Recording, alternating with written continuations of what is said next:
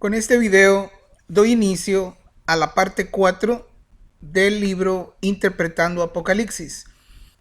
Aquellos que han escuchado la secuencia de todos los videos saben de que esto consiste en 5 partes y hoy vamos a ver la parte número 4, que está relacionado o se titula Generalizando la interpretación y los electos. Dentro de este tema hay 3 subtemas que estaremos analizando brevemente. El primero se llama el problema cuando generalizamos la interpretación. El segundo es entendiendo conceptos bíblicos relacionados con ese concepto. Y por último haremos un análisis de los versos que hablan acerca de la predestinación. Como siempre, debo recordar que esta es una introducción breve al tema, con lo cual quiero decir que hay otras escrituras y conceptos relacionados que no son incluidos aquí, ni tampoco es incluido un análisis extenso. Usted podría usar esta breve introducción como una rampa de despegue, por así decirlo, para revisar los conceptos en su propio estudio y llegar a sus propias conclusiones. Aun cuando es una práctica muy común entre los cristianos, está mal el aplicar todas las escrituras a todos los creyentes por igual o indiscriminadamente, generalizando las aplicaciones bíblicas. Existen pasajes en la Biblia que no le corresponden a todos los cristianos y por lo tanto no deberíamos aplicarlos a todos por igual. Si cometemos este error, llegaremos al punto en donde nos encontraremos fuera de balance y hasta opuestos al contradecir otras enseñanzas de la Biblia, o sin querer engañarnos a nosotros mismos, estirando nuestras creencias en lo relacionado a profecía, justo como ya hemos venido diciendo, empujando una pieza del rompecabezas en donde no pertenece. Sin ninguna arrogancia, lo que estoy diciendo en relación a Arminio y Calvino es que ellos tropezaron en la simpleza de este principio o regla hermenéutica, si usted quiere llamarlo así. Luego, millones de cristianos son seguidores y escogen un extremo o el otro extremo con mucha escritura, porque ambos lados tienen bastante escritura para su argumento bíblico, pero sin poder traer un balance saludable al cuerpo de Yahshua. Una vez escuché algo que podría ser muy cierto: los extremos siempre son dañinos. Al final de esta sección revisaremos un par de ejemplos de las escrituras que no pueden ser aplicados a todos los creyentes. Pero antes de eso, existen algunas razones escriturales que debemos considerar para tratar de entender esta verdad bíblica.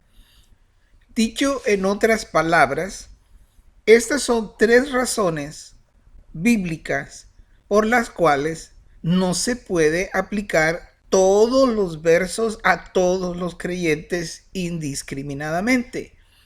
La primera es que Yahweh llama las cosas que no son como si fuesen. Segundo, que los cristianos que no cumplen las condiciones de las promesas se eliminan a sí mismos del cumplimiento y no se puede aplicar ciertos versos a ellos, como veremos.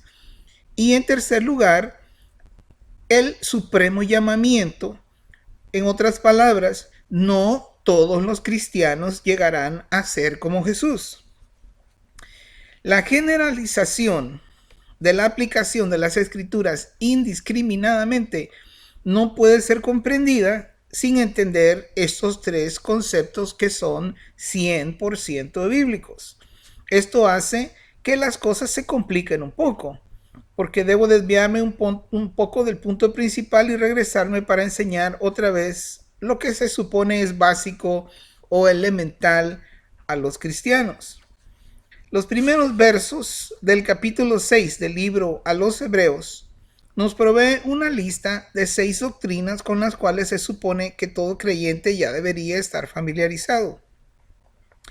Entre esas doctrinas aparece la doctrina de la resurrección de los muertos, la cual resulta vital o importante en correlación a entender que no todas las escrituras deben generalizarse en su aplicación a todos los cristianos y que será explicado más adelante.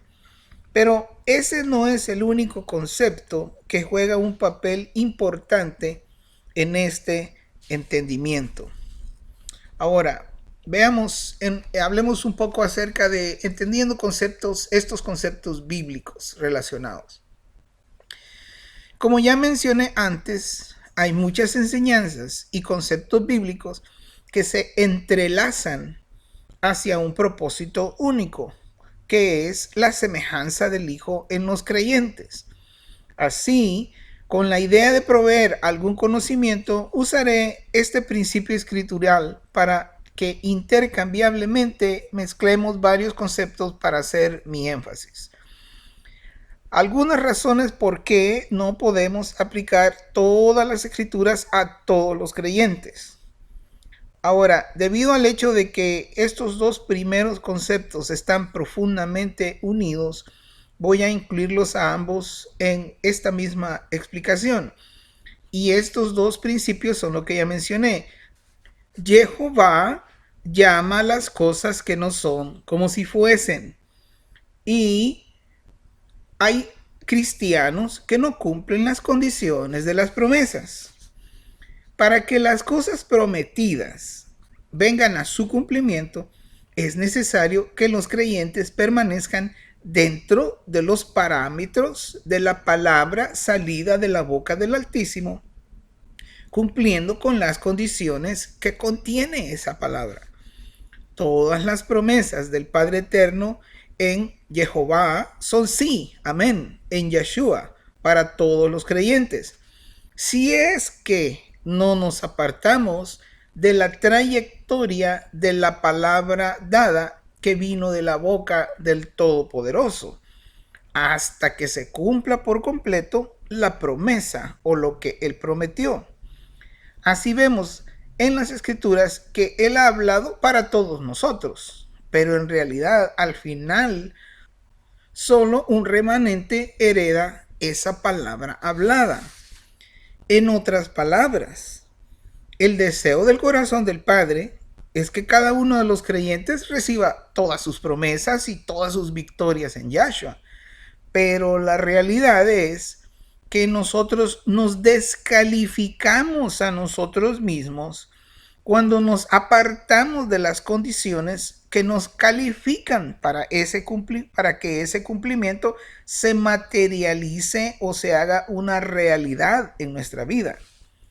También debemos considerar que si no conocemos este principio, terminamos leyendo las Escrituras pensando erróneamente que somos el producto final, cuando la realidad en nuestras vidas nos está gritando lo contrario y delante de sus ojos aún tenemos mucho camino por recorrer.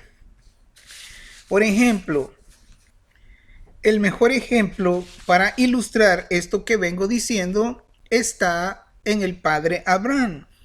Si recordamos, en Gálatas 3:29 dice que si nosotros estamos en Cristo o en Yeshua, somos linaje de Abraham y también, como veremos, él es el padre de la fe. Así que mejor ejemplo que usarlo a él para comprender este aspecto en el cual Dios llama las cosas que no son como si fuesen y que nosotros debemos cumplir las condiciones de las promesas para que eso se cumpla en nosotros. Así que veamos el ejemplo de Abraham en relación a que él fue llamado el padre de muchas naciones cuando su esposa era estéril y ellos ya eran viejos. En Romanos 4:17, Pablo escribe, nueva versión internacional: delante de Dios, tal como está escrito, te he confirmado como padre de muchas naciones. Así que Abraham creyó en el Dios que da vida a los muertos y que llama las cosas que no son como si ya existieran. El padre de la fe y nuestro padre Abraham es el ejemplo clásico en esto que vengo diciendo, que Dios llama las cosas que no son como si fuesen y que nosotros debemos cumplir las condiciones de cualquier promesa que nos ha sido dada. De hecho, la promesa o profecía sobre él todavía está en progreso y continuará así hasta quizá más allá del milenio. Durante su vida y por muchos años, él fue llamado padre de muchas naciones, siendo un anciano, y para complicar las cosas, tenía una esposa ancianita estéril. El punto es que en nuestra realidad o en nuestra dimensión, él no era el padre de muchas naciones, pero delante de los ojos del Altísimo sí. Continúa haciéndolo y lo seguirá haciendo. Como veremos en el próximo verso, se requería de él permanecer en el sendero o en la trayectoria de la promesa para que esa promesa tuviera un cumplimiento completo. Y en su caso, él murió siendo fiel, sin realmente ver con sus ojos físicos la promesa cumplida. Y no solo eso, se esperaba de él que levantara su siguiente generación dentro de los parámetros de la palabra que le fue dada, para que la promesa pasara a sus hijos después de su muerte física, para que ellos continuaran en la senda del cumplimiento de la promesa original. El punto es que a veces las escrituras nos dan títulos o nombres que muestran lo que el Padre tiene en su corazón y quiere que seamos, aun cuando nosotros sabemos que nuestra realidad en esta vida está muy lejos de ser lo que Él realmente quiere que seamos. Otro problema es que muchas veces nosotros damos las cosas por sentadas, como decimos, y al pasar el tiempo nos alejamos de la fidelidad, caminando por senderos que nos alejan del cumplimiento de las promesas. El Padre, hablando acerca de Abraham, dijo, mire, Dios mismo habla acerca de Abraham. Mira lo que dice en Génesis 18:19, leo en la Reina Valera del 60, porque yo sé que mandará a sus hijos y a su casa después de sí, que guarden el camino de Jehová, haciendo historia y juicio, para que haga venir Jehová sobre Abraham lo que ha hablado acerca de él.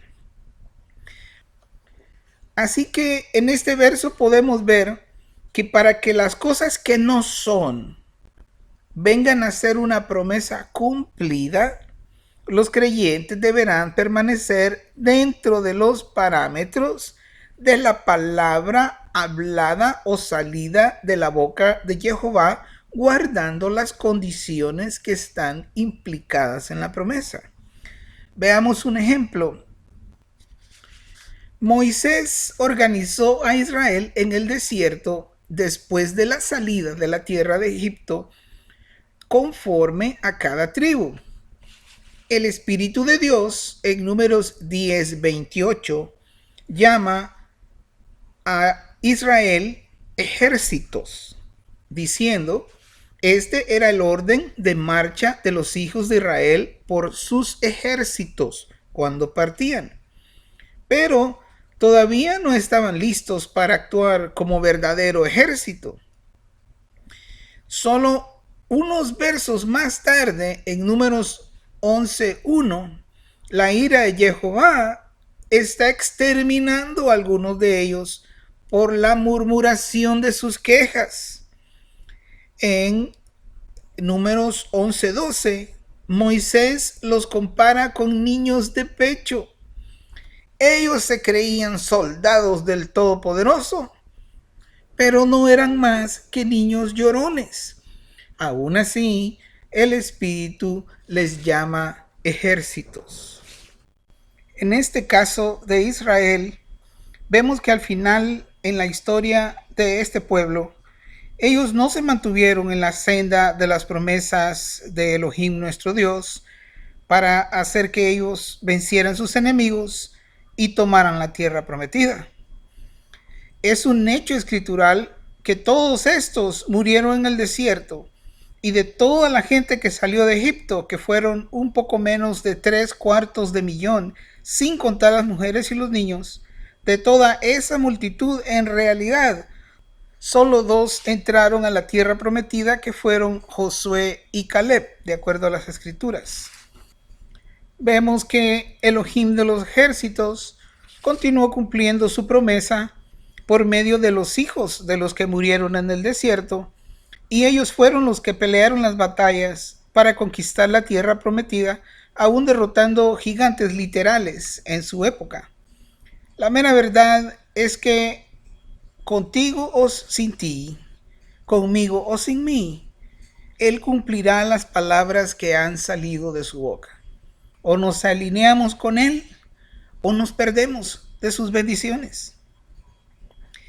En el libro a los Hebreos, y usando el concepto antes visto de Israel como la sombra, y apuntando a nosotros como la iglesia del Mesías, que está formado por israelitas y gentiles como un solo cuerpo, el Señor nos está dando a conocer nuestra verdadera condición delante de sus ojos.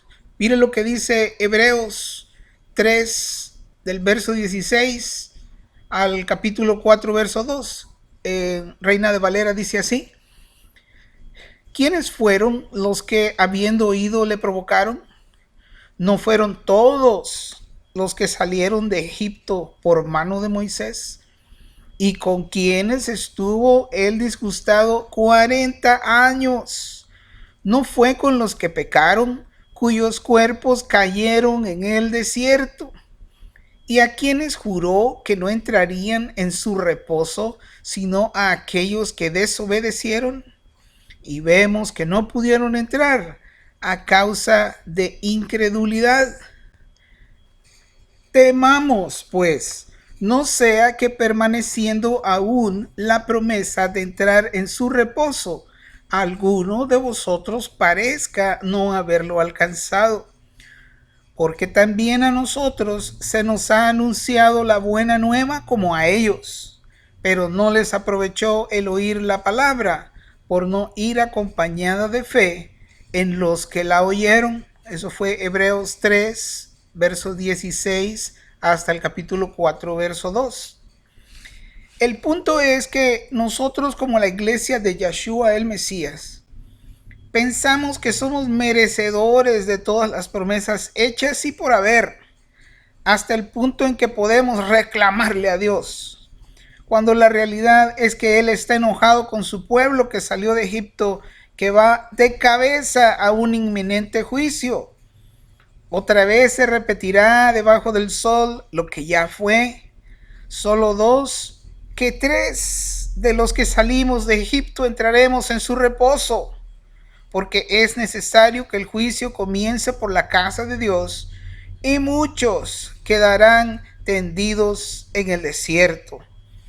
Nosotros nos paramos con altivez y dureza de cerviz delante de Él, arrogantes, erróneamente pensando que somos el ejército del Todopoderoso, cuando en realidad no somos más que niños chillones y llorones. Y los poderes y entidades que controlan el sistema de este mundo saben eso.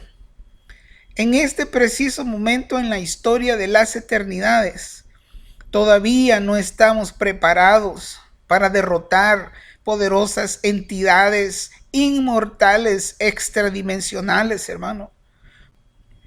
Pero más adelante veremos que solo los que alcancen la semejanza del Hijo estarán capacitados y tendrán la autoridad para tal batalla, dirigidos por el arcángel Miguel. Entonces vimos que el pueblo de Dios es llamado ejército de Israel, pero se aplica a ellos el concepto sí, pero todavía no. O sea que Dios llama las cosas que no son como si fuesen. Hablemos un poquito acerca de la idea que existe en todo creyente acerca de que somos vencedores.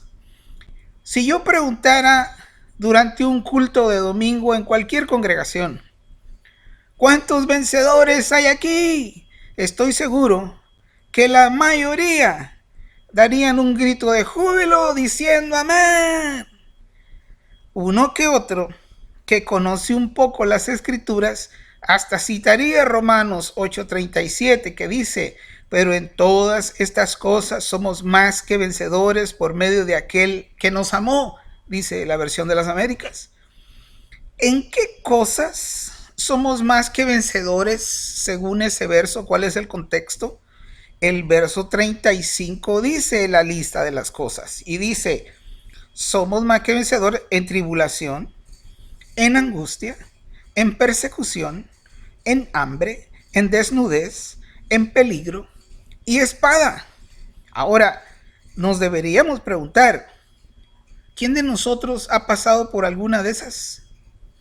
¿Alguna vez usted, hermano, ha pasado por una de esas? Tribulación, angustia, persecución, hambre, desnudez, peligro, espada. ¿De verdad cree usted que todos los cristianos somos más que vencedores en el aspecto de la realidad? Yo creo de que esto es uno de esos conceptos en la Biblia que Dios llama las cosas que no son como si fuesen. Él quiere que seamos y ha provisto para que nosotros lo lleguemos a hacer, y de hecho vamos a estudiar cómo llegar a hacerlo. Ya lo hemos venido diciendo, alcanzando la imagen de Jesús en nuestra propia vida, en nuestro propio carácter, llegaremos a ser más que vencedores en todas estas cosas. Pero todavía no hemos llegado a ese punto. Entonces debemos fluir con Él y alinearnos con la palabra que salió de su boca para que lleguemos a la realidad de llegar a ser vencedores. Ciertamente, no existe nada en ninguna dimensión que pueda apartarnos del amor de Dios. Por supuesto, solo nosotros mismos. Sin embargo, el apóstol Pablo, en el contexto de este mismo capítulo, hace una clara separación entre dos grupos espirituales dentro de la iglesia de la siguiente manera. En Romanos 8, del 4 al 14, vamos a leer, pero me voy a saltar algunos versos, solo yo voy a leer los más importantes y voy a ir diciendo cuáles son. En Romanos del 8 al 14, en el verso 4 dice: para que la justicia de la ley se cumpliese en nosotros, que no andamos conforme a la carne, sino conforme al Espíritu. En Romanos 8:6 dice: porque el ocuparse de la carne es muerte, pero el ocuparse del Espíritu es vida y paz. En Romanos 8:8 dice: y los que viven según la carne no pueden agradar a Dios. En Romanos 8:13 dice: porque si vivís conforme a la carne, moriréis. Mas si por el Espíritu hacéis morir las obras de la carne, viviréis. Y en Romanos 8:14 dice: porque todos los que son guiados por el Espíritu de Dios, estos son hijos de Dios. Así que, según estos versos, tenemos hermanos carnales y hermanos guiados por el Espíritu. Es lo que dicen estos versos. Hermano, pregúntese, ¿los carnales son vencedores? Bueno, en ciertas cosas sí, por la justificación de la sangre derramada. Pero esas personas no están de ningún modo preparadas para enfrentar ángeles caídos y poderosas entidades inmortales de las tinieblas. ellos no son todavía de ninguna manera vencedores. Solo con este ejemplo sería suficiente para probar que no podemos aplicar todas las escrituras indiscriminadamente a todos los creyentes. Dios es totalmente inclusivo, pero nosotros nos alejamos de esa inclusividad, causando una separación que hace a ese grupo exclusivo. ¿Cómo puede alguien decir que es vencedor si es todavía esclavo de su propia carne? ¿Puede verlo, hermano? Nos eliminamos a nosotros mismos porque nos alejamos de la rectitud de la palabra hablada por la boca del Altísimo. Nosotros mismos hacemos que esa escritura de vencedores no sea aplicable a nosotros. No porque no está dirigida a todos, sino porque nos alejamos nosotros mismos de la rectitud de esa senda. Ahora, una nota, hermano, con respecto a esto de ser guiados por el Espíritu de Dios. Desafortunadamente, nosotros hemos convertido términos bíblicos como este en algo esotérico y místico por la odiosa falsa religiosidad. Y hay muchas cosas en mi corazón que arden con gran peso y tristeza. Y perdonen la expresión, pero como cristianos hemos cometido muchas, voy a decir tonterías mejor, usando esa frase como bandera, esa frase de guiado por el Espíritu. Solo diré que ser guiado por el Espíritu es sencillamente hacer o no lo que Él nos pide que hagamos, nacido de una relación personal y sin salirnos del marco de las Escrituras. Creo que la razón primordial por la cual Jehová llama vencedores a todos los creyentes es el deseo de su corazón y la provisión por medio de Yeshua para todos nosotros. Él proveyó todo lo que necesitamos, no solo para llevar un título, sino para que realmente lleguemos a ser un vencedor en todas las áreas de nuestra vida, para después ser vencedores en dimensiones superiores, las cuales no conocemos. También, en relación a vencedores, Yeshua presenta un mensaje desafiante a lo que el Espíritu está hablando a las iglesias en el libro de Apocalipsis, capítulo 2 y capítulo 3. Él está invitando 7 veces para que seamos vencedores, indicando con eso de que hay niveles que Él necesita que lleguemos a ser vencedores de una forma más profunda. Esos capítulos revelan que se requiere llegar a ser un vencedor para obtener la recompensa o la promesa que Él da a cada una de estas iglesias, lo cual, según mis estudios, también está ligado a su semejanza en varios niveles que veremos más adelante. Como usted puede ver, en Romanos 8, Él llama a todo creyente vencedor. Y en Apocalipsis 2 y 3, Él hace maravillosas promesas si llegamos a hacerlo. ¿Se está Él contradiciendo? Por supuesto que no, hermano. Simplemente las escrituras no se aplican a todos los creyentes indiscriminadamente. Y aun cuando Él está invitando a todos nosotros como creyentes para arrebatar lo mejor de Él, definitivamente que no todos nosotros responderemos de la misma manera. Las promesas contenidas dentro de los mensajes que el Espíritu da a las 7 iglesias no aplican automáticamente a todos los creyentes solo por ser creyentes. Si quieren obtener esas promesas, tendrán que llegar a ser verdaderos vencedores en su vida real. No solo tener la etiqueta, sino llegar a ser verdaderos vencedores en su vida real. Ellos deberán pagar el precio requerido para obtener esas promesas que Jesús da en Apocalipsis 2 y 3. Más adelante veremos acerca de estos detalles cuando lleguemos al mero libro de Apocalipsis. el principio o concepto escritural de que Él llama las cosas que no son como si fuesen, con todas las condiciones contenidas, es intrínseco en la Biblia.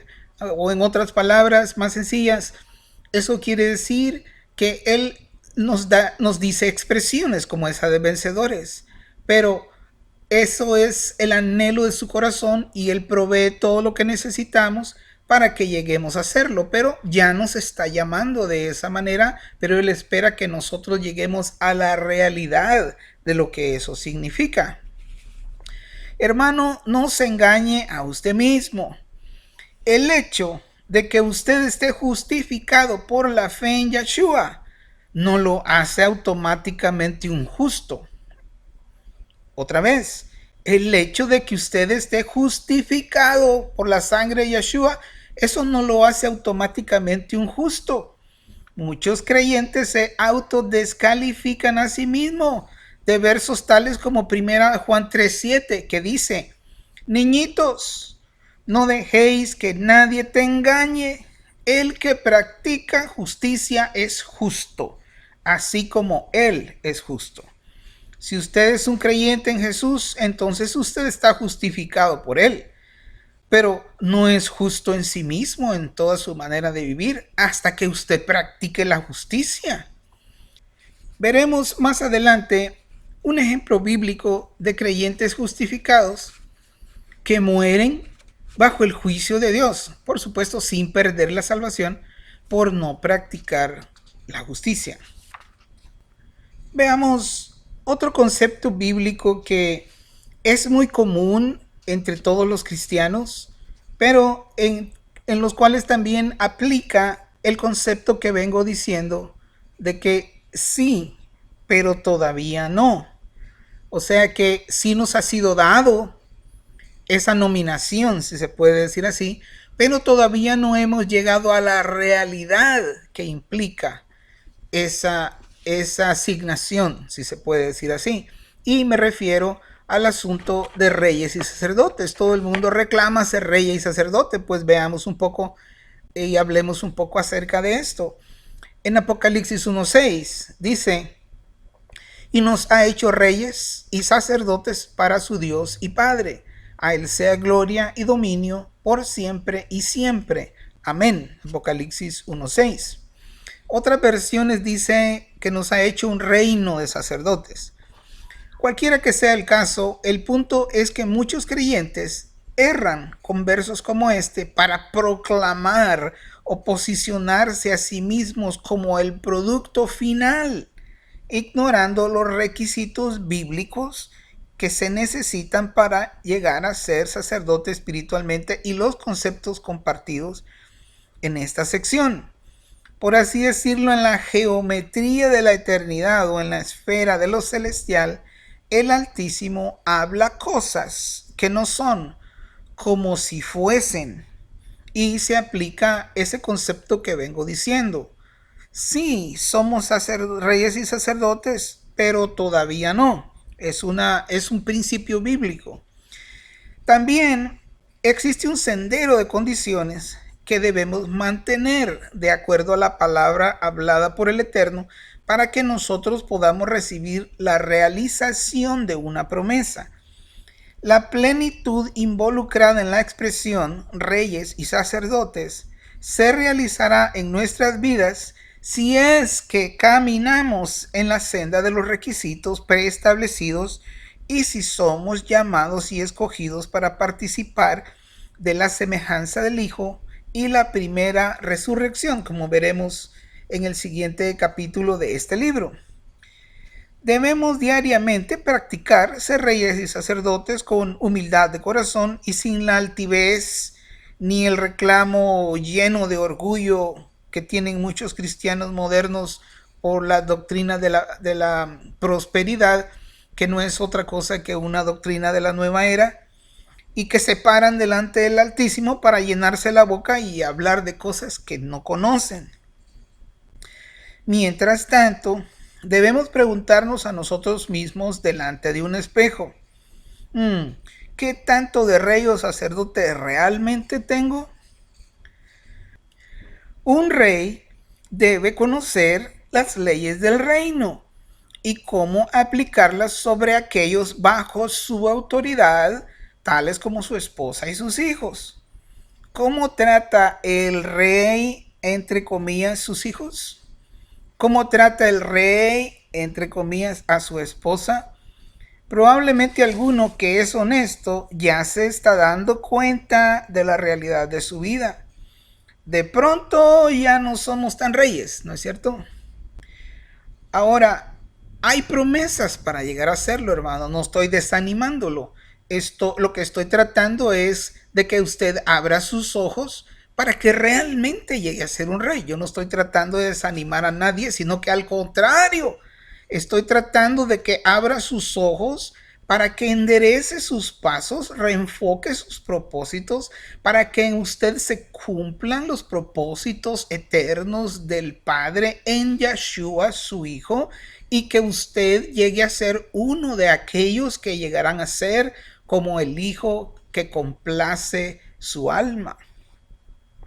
Ahora, el conocer las leyes del reino de Dios se traduce al hecho de que aquel que se considera rey debería por lo menos haber leído toda la Biblia por lo menos una vez en su vida, si no más, preparándose desde ahora para ejercitar el título de rey cuando el reino sea manifestado, si es elegido por rey. En Apocalipsis 2:19, Jesús mismo hace una lista de características para aquellos que pudieran llegar a ser vencedores recibiendo autoridad como Él de parte del Padre para gobernar sobre las naciones. Y dice así, Apocalipsis 2:19, yo conozco tus obras y tu amor y fe y servicio y perseverancia y que tus obras postreras son mejor que las primeras. Por encima de eso, el contexto muestra que los reyes, entre comillas, no se someterán a una mujer gobernando. Y aún más, si ese liderazgo está relacionado a aquellos que, como dice en Apocalipsis 2:24, no tienen su doctrina, que no han conocido lo que ellos llaman las cosas profundas de Satanás. En otras palabras, es suficiente el hecho de que una mujer gobierne, y peor si ese liderazgo incluye lo que ellos llaman ministerio de liberación. Como dicen por ahí, que Dios nos agarre confesados, hermano.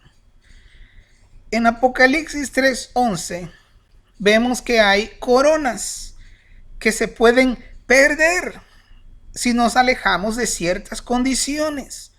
La palabra para que usted llegue a ser un verdadero rey ha sido hablada, pero debemos permanecer en él y dentro de los parámetros de esa palabra hablada para no perder nuestra corona. Y por último, pero simple, un sacerdote ministra a Jehová como una norma de vida cada día. Edifica altares por donde quiera que va. ¿Somos sacerdotes? Un verdadero sacerdote no ministra al pueblo de Dios. En Ezequiel 44, el ministrar a la gente y no a Jehová viviente fue un castigo, fíjese, en Ezequiel 44, no una bendición. El verso 13 menciona en el contexto de los nacidos levitas, quienes se alejaron de Jehová para seguir lo que la gente quería. Dice así, y ellos no se acercarán a mí para ministrarme como sacerdotes, dice Jehová, ni se acercarán a ninguna de mis cosas santas, ni al lugar santísimo, pero ellos llevarán su vergüenza y las abominaciones que han cometido. Ahora, ¿y cuál fue el juicio que cayó sobre ellos? Lo dice el verso 11 en Ezequiel 44. Dice, aún así, seguirán siendo ministros en mi santuario como porteros de la casa y ministros de la casa. Ellos sacrificarán la ofrenda quemada y el sacrificio para el pueblo. Y ellos estarán de pie delante de ellos para ministrarles a ellos. Miren, ministren a la gente, les doy permiso, se los concedo, pero a mí ni se acerquen, a mí no me vengan a ministrar, vayan y ministren al pueblo. Hermano, fue un castigo eso. Ahora, una nota. Debido a la importancia de los conceptos relacionados y el hecho de que estas no son perspectivas bíblicas comunes, la siguiente explicación será un poco más larga que los temas anteriores. Sin embargo, continúa siendo un resumen introductorio porque el concepto en la Biblia es bastante extenso en el sentido, y el tema que sigue es el llamado o el supremo llamamiento que no todos los cristianos llegaremos a ser como Jesús. Pero eso lo veremos en nuestro próximo video. Y de esta manera estoy terminando el video 1 de 3 en la parte 4. Bendiciones.